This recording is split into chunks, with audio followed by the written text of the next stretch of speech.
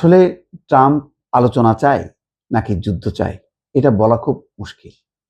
যেমন পাকিস্তানে যখন 4 দেশের পররাষ্ট্রমন্ত্রীরা বৈঠক করতেছে শান্তি আলোচনার জন্য, তখন সে বলতেছে যে তার লক্ষ্য হচ্ছে ইরানের তেল দখল করা। আবার বলতেছে 13,000 লক্ষ্য বস্তুতে বোমা মেরেছি, আরো কয়েক হাজার বাকি আছে।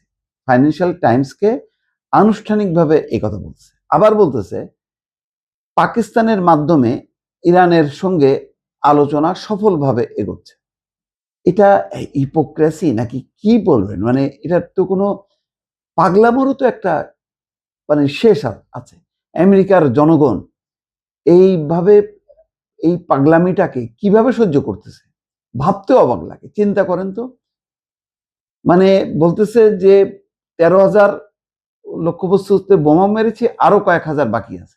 আবার বলতেছে পাকিস্তানের মাধ্যমে মানে আলোচনা খুব সফলভাবে এগোচ্ছে। হয় কোনোদিন? আপনি আমারে মারতে থাকবেন, আমার দেশ ধ্বংস করবেন, আবার আমি আলোচনাও করব, সেটাও আবার সফল হবে। ইরানের তেল উৎপাদন কেন্দ্রগুলো দখল করার হুমকি দিলেও ট্রাম্প জোর দিয়ে বলেছেন পাকিস্তানের দূতদের মাধ্যমে যুক্তরাষ্ট্র এবং ইরানের মধ্যে পরোক্ষ আলোচনা ভালোভাবে এগোচ্ছে। আচ্ছা, ওটা আবার বলতেছে পরোক্ষ আলোচনা চলছে। ফিনান্সিয়াল টাইমসকে দেওয়া এক সাক্ষাৎকারে প্রেসিডেন্ট এই কথা বলছেন। আগামী কয়েকদিনের মধ্যে কোনো যুদ্ধবিরতি চুক্তি হতে পারে কিনা, যা গুরুত্বপূর্ণ হরমুজ প্রণালী আবার খুলে দেবে, এমন প্রশ্নের জবাবে ট্রাম্প সুনির্দিষ্ট কোনো তথ্য দিতে রাজি হননি। এদিকে ট্রাম্প বলছেন যে আমাদের হাতে প্রায় 3,000 লক্ষ্যবস্তু বাকি আছে, 13,000 অলরেডি মেরেছি।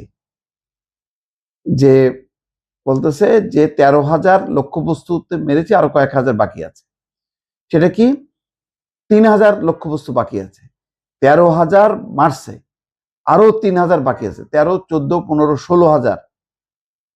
তো 16,000 লক্ষ্যবস্তুতে আপনি কল্পনা করতে পারেন একটা দেশে যদি 13,000 মারা হয়ে গেছে, আরো 3,000 বাকি আছে, সে দেশ থাকে?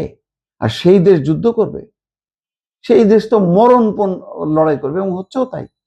এখন বড় বড় আঘাত দেখেন ইরাকে, তারপরে লেবানন থেকে, ইয়েমেন থেকে, সমস্ত জায়গায় কিন্তু যুদ্ধ ছড়াই যাচ্ছে।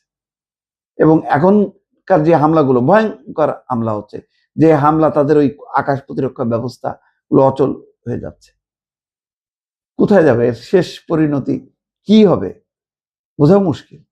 এখন মনে হচ্ছে যেন ইসরায়েল না, ট্রাম্প নিজেই যুদ্ধ নেতৃত্ব দিচ্ছে। পরিস্থিতিটা এমন। এবং এই কারণে আমেরিকায় প্রায় 80 লক্ষ মানুষ গতকালকে বিক্ষোভ করছে, যেটা স্মরণকালে এরকম বিক্ষোভ হয়নি। 600 জায়গায় তারা একযোগে বিক্ষোভ করছে আমেরিকা। তারপর ট্রাম্প এগুলি কোনো ভূক্ষেপ করছে? কোনো কিছু ভূক্ষেপ করছে না, পাত্তাও দিচ্ছে। সে তার মতন করে আগাচ্ছে।